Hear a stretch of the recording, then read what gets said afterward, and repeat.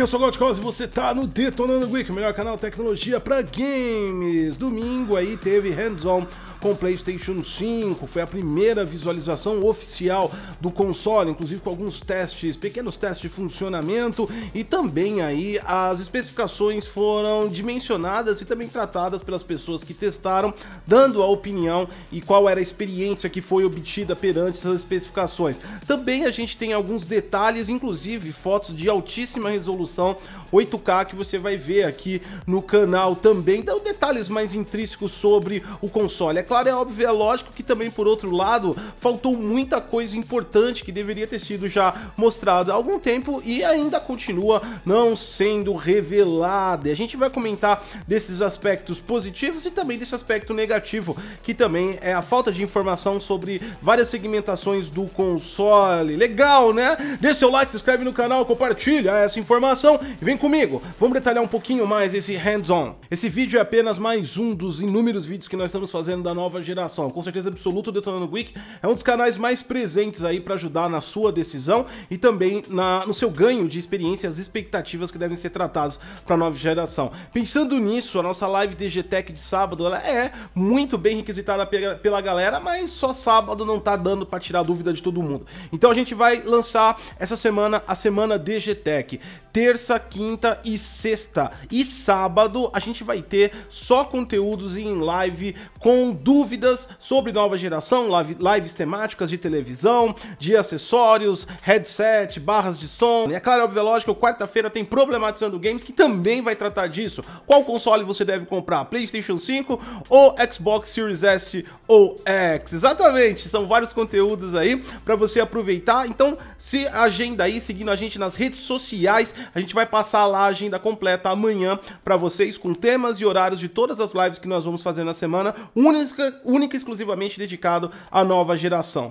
Vamos lá, foi através aí de influencers japoneses que foi mostrado aí mais detalhes do PlayStation 5 e também o site que foi o primeiro a colocar mais detalhes sobre essa experiência que eles tiveram, foi o 4Gamer. Ele também disponibilizou fotos de altíssima resolução 8K, que você tá vendo agora. Isso é muito importante porque você consegue ver mais detalhes sobre o console e até visualizar os níveis de material que, como foi divulgado, parece ser de boa qualidade, tá ok? Então a gente tem aí na frente um Black Piano muito brilhoso, o que também foi dito lá, que a impressão é que as arestas de entrada de ar podem acumular poeira também. No entanto, a minha modesta opinião sobre isso é que a galera realmente tá indo atrás de coisas que não faz muito sentido, afinal de contas, pela minha experiência com milhares de aparelhos que eu já tive na minha vida, nenhum está fora de pegar pó. Exatamente, dá uma olhadinha atrás da sua televisão, da sua geladeira, levanta a sua cafeteira e você vai ver do que eu tô falando. Enfim, é uma preocupação de alguns, talvez aí, uma super preocupação aí, talvez não muito interessante, mas existe essa preocupação e foi relatada aí pelas pessoas. Do modo geral, o PlayStation 5 parece ser um dispositivo realmente bem simples de manipular, como a gente já sabia. Tá aí as duas entradas USB frontais, uma USB-C e outra USB 3.1 também. Embaixo a gente tem os botões de liga e na versão com Blu-ray a gente tem o eject. Na parte de trás do console isso permanece bem simples também, como você pode ver de maneira oficial. Esse já é o console mesmo. A gente só possui as entradas básicas aí do console. Um ponto que ficou aí a desejar sobre o console é em relação à expansão de SSD NVMe. Conforme a Sony já tinha dito que ele vai suportar aí SSDs NVMe do mercado, mas com algumas restrições, ainda nós não temos quais são os NVMe's compatíveis e muito menos como vamos colocar isso no console. E o console já está em pré-venda e essa informação devidamente é muito importante, ainda não foi revelar. A gente vai falar um pouco mais disso mais pra frente. A parte de dimensões também é oficial, foi mostrado aí também em fotos, 39 centímetros de altura. É um console que tem aí seu dimensionamento bem grande, tanto em pé quanto de deitado. Foi mostrado também como é o funcionamento da base de deitado e a base também em pé. Outra coisa também aí é que causa uma certa preocupação, particularmente a mim não, porque eu tenho espaço para colocar o console, mas se você tem pouco espaço, realmente acaba ocorrendo uma certa preocupação, baseado se você utiliza, por exemplo, nichos de rack, que no geral são de 25 a 30 centímetros, em 39 centímetros, pode ser um problema para você colocar ele em pé. Então, se você vai comprar esse console, já vai pensando num local aí mais amplo para você colocar ele. Se você também tiver uma mesa, né, um quarto gamer já com PC, já vai também se ambientando que você vai ter basicamente dois gabinetes, né? O gabinete do PC, que já tem uma estrutura grande, e também a do PlayStation, que vai ter uma estrutura grande, principalmente na parte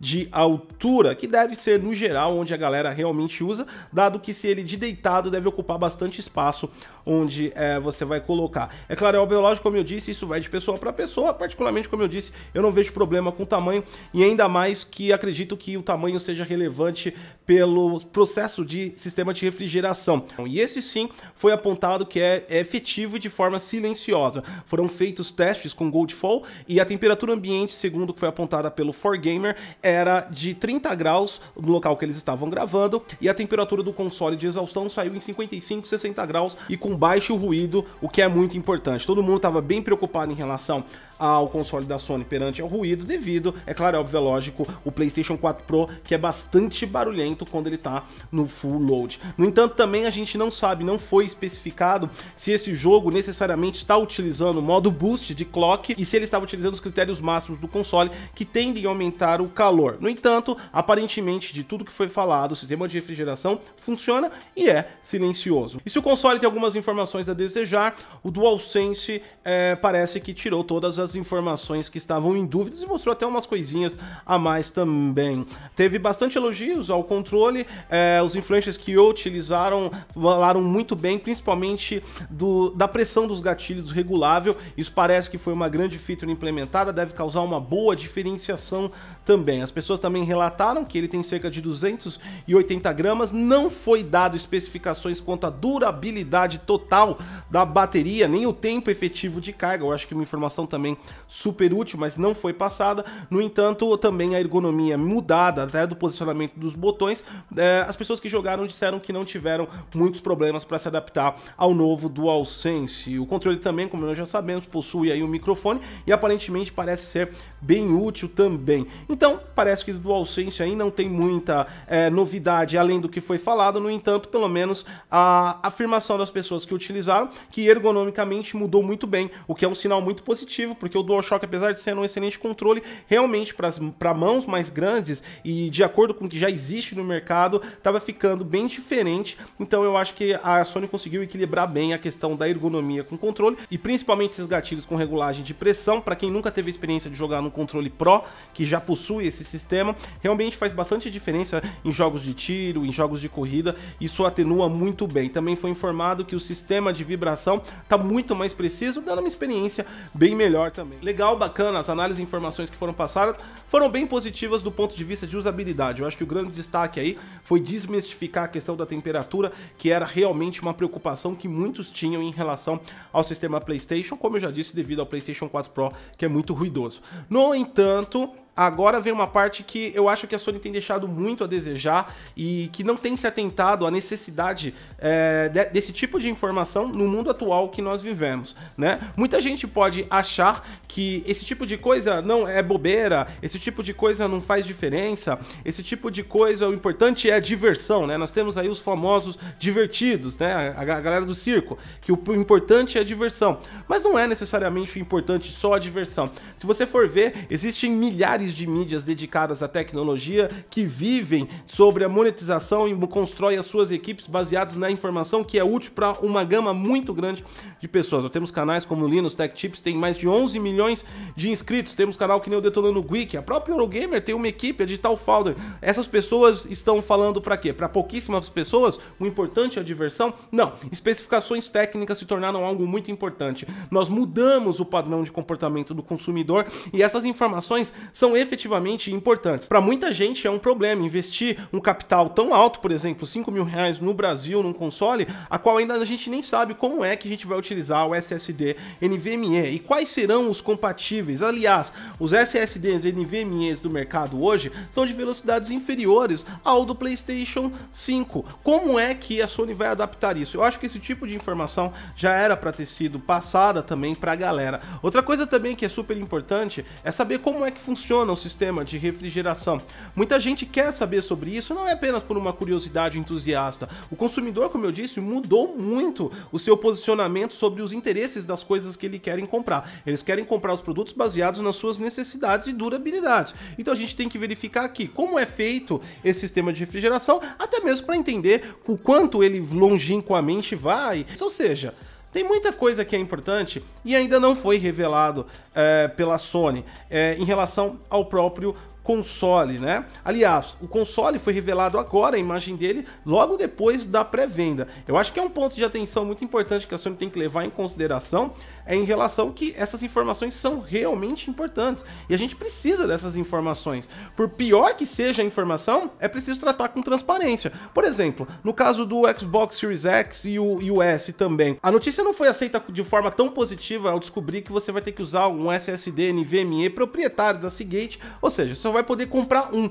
você não tem opções, mas pelo menos você já sabe disso, né? Isso que é importante. Independente se a notícia for boa ou se a notícia não for tão boa, tem coisas que são muito importantes para colocar. E efetivamente, como a gente vai trocar o SSD, como vai funcionar isso, não foi passado. É claro, é óbvio, é lógico que aí já se começam a levantar suspeitas, o que, na minha opinião, é pior ainda, né? As pessoas começam a teorizar, viram um parafuso lá em cima, então provavelmente você vai abrir a tampa lateral, é uma dessas tampas brancas, para poder desparafusar e colocar um SSD externo aí. Mas por que que a Sony não informa isso? Isso é uma notícia muito importante aí para um console que já está em pré-venda. São informações importantes que eu acho que já deviam ter sido soltadas, provavelmente antes do lançamento, a Sony já coloca isso à disposição, mas realmente deveria ter colocado antes. É importante colocar os jogos, é importante colocar o Spider-Man Miles Morales, a gente fez a análise técnica dele aqui, super positivas inclusive, o jogo está realmente bem modificado e está bem aprimorado